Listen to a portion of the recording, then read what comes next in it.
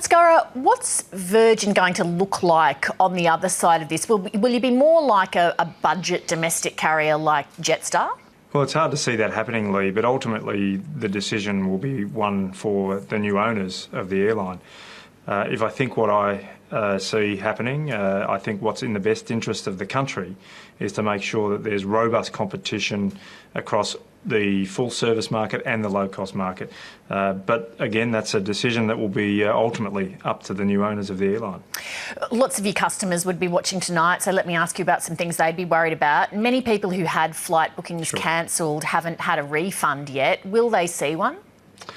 Well, again, that's a question for the administrator, but I know in order to allow them to settle in and to get a handle on the role that they have to play and the task that they have at hand, that refunds have been suspended for this period of time.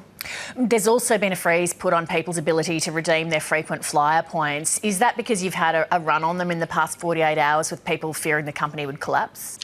Well, it's actually been longer than that, Lee. When we first approached the government and at the very start of the crisis, we, like every airline in the world, we had our revenue cut off. All the borders were shut. We pretty much shut down. And that put a lot of pressure on our business. When we went to the government and first suggested that we had a liquidity need of $1.4 billion, unfortunately that became public, and that actually caused a lot of concern and a loss of confidence in our airline. So ever since that time, we've seen a run on points in our frequent flyer program. And I think in order to preserve the value of the asset that the administrators are working with, it's an important decision to make to give us the best chance of getting the best value. You mentioned... I have to say, though, Lee, those points are not at risk. They are covered. They are cash-backed in a trust. So our customers can be assured that those points are safe. You mentioned the $1.4 billion loan that Virgin has sought from the Australian government, which has been denied. The government says it would be ludicrous to start saving individual companies in this environment, that it has to let market forces do their work and it needs to offer support on an industry-wide basis. Isn't that a sensible and prudent approach? Yeah, well, absolutely it is, and that's one we've been advocating for from day one. If you look around the world, every single airline in the world is suffering. Every single airline has lost billions and billions of dollars in revenue. We believe every airline in this region will at some point in the not too distant future will need some help. We have never asked for support in our own right. We have never asked for a bailout. Our shareholders, as much as they would have liked to have put cash into our business, we're not in a position to do so. They're all airlines.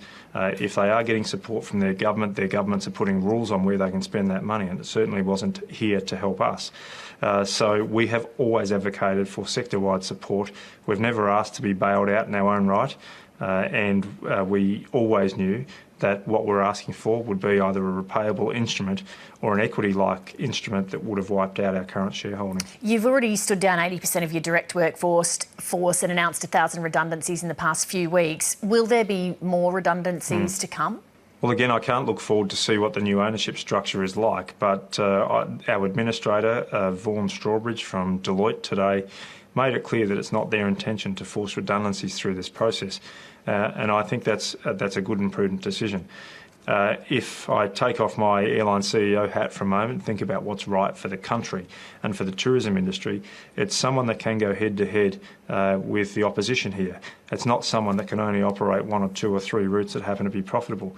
And if we are to be in that sort of position, then preserving the maximum amount of jobs is the right and prudent thing to do. Nobody disputes this is an unprecedented crisis, and I know that you've only been there for 12 months yourself, but don't Virgin's management and board have a case to answer here to your shareholders and your staff in particular, that the company went into this crisis in such a weak financial state that you've not been able to stay afloat for even 1 month into it? One of the things that I said the very day I got the job is that we are a great airline. There's been a massive investment by the shareholders that were up until yesterday in control of this airline. They spent something like $6 billion and something like 10 years post-Virgin Blue, when it made a decision to turn itself into a full-service airline, $6 billion to turn it into a very, very robust competitor. It has gotten a big foothold into the corporate and business market, but it was carrying a bit too much debt on its balance sheet. And I think when you look forward in the future, every airline that's been through this crisis knows that they're going to have a balance sheet that weathers some sort of black swan event. And I think that's going to be one of the biggest changes you'll see, and we will be no different. A lot of people who fly Virgin would watch this show. I'm sure they appreciate you coming on tonight to share your insights with us. Thank you. Thank you very much, Lee. Hi, I'm Lee Sales. Thanks for watching this story. If you'd like to watch more of 730's stories, they are on the left of your screen. And tap on the button below to subscribe and get the latest from ABC News.